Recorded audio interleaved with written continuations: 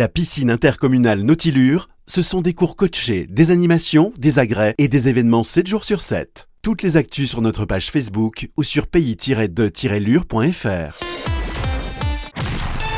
Comtoise Radio, l'actu dans les Vosges saunoises, Jean-Pierre Poinceau. Bonjour, la communauté de communes du Triangle Vert poursuit son développement avec le recrutement de Véronique Castel, agent dédié à la communication, Benjamin Gonzalez, président de la communauté de communes du Triangle Vert. Elle sera dédiée, entre autres missions, à la communication, qui aujourd'hui était un secteur qui n'était pas particulièrement privilégié par notre territoire, puisque nous avions essentiellement mis les moyens humains du siège pour pouvoir nous concentrer sur la structuration et l'organisation.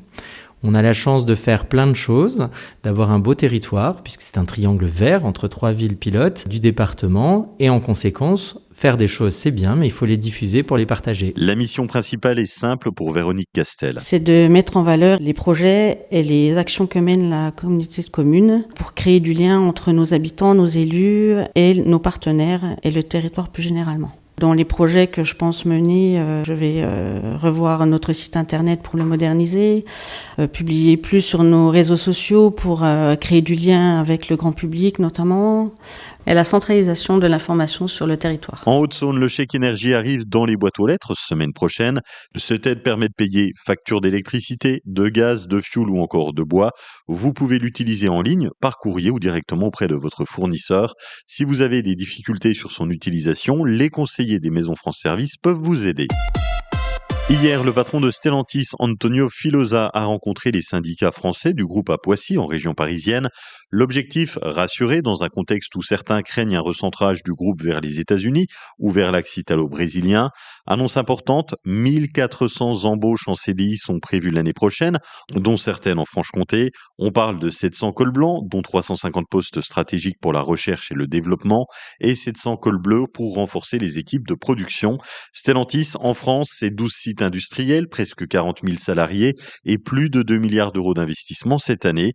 Antonio Filosa redonne la position du groupe qui demande une évolution de la réglementation européenne qui prévoit la fin des moteurs thermiques en 2035 pour une transition jugée plus réaliste. Côté syndical, les réactions sont plutôt positives. Il salue un discours rassurant, même si la vigilance reste de mise sur l'évolution des effectifs en France.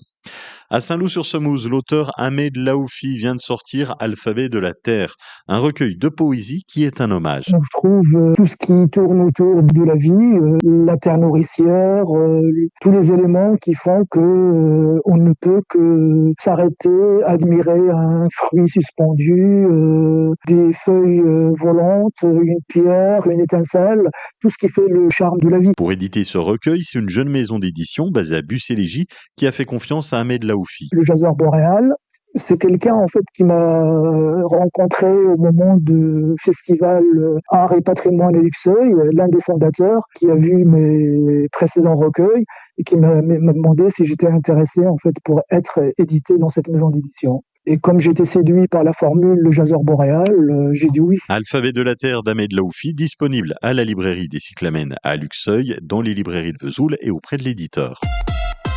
À Ronchamp, le franc-brasseur va reprendre vie après la liquidation de la microbrasserie en juillet dernier. Le couple Salomé et Mathieu Grandclaude, déjà propriétaires d'une microbrasserie dans les Vosges, à Martinvel, assure la relève. Le couple prévoit de relancer le brassage dès janvier, avec une commercialisation des nouvelles bières à partir de mars. La marque Le Franc-Brasseur sera conservée et une gamme en bouteilles devrait voir le jour. Le service de restauration, lui, pourrait rouvrir dans le courant de l'année prochaine. La foire de la Sainte-Catherine approche à grands pas à Vesoul et elle revient avec le traditionnel concours du plus beau chapeau de Catherinette. Participent les jeunes femmes de 25 ans, célibataires et sans enfants. Le chapeau est jaune et vert en lien avec la profession, les passions ou les loisirs. Le concours, c'est mardi 25 novembre l'après-midi, place de l'église. Les inscriptions sont ouvertes. Vous retrouvez le formulaire et le règlement sur le site de la ville de Vesoul. Inscription avant le 17 novembre. Demain, jeudi, le Centre d'action sociale et culturelle de Saint-Loup organise son premier thé dansant. C'est au Conservatoire de la Cité du Meuble de 14h à 17h. Un événement gratuit avec Alexandra Casali au chant. Cet après-midi, un ciel bleu, du soleil, des températures presque douces. 13 degrés à Vauvillers, Sceaux, à Bellecour, 14 à Lure, Magny-Jobert, Luxeuil et Saint-Sauveur, 14 degrés à Saint-Loup-sur-Semouse. Demain, jeudi, un ciel voilé, 10 degrés au mieux le matin et 13 degrés l'après-midi. Passez une excellente journée sur Comtoise Radio avec la playlist des Vosges saunoises.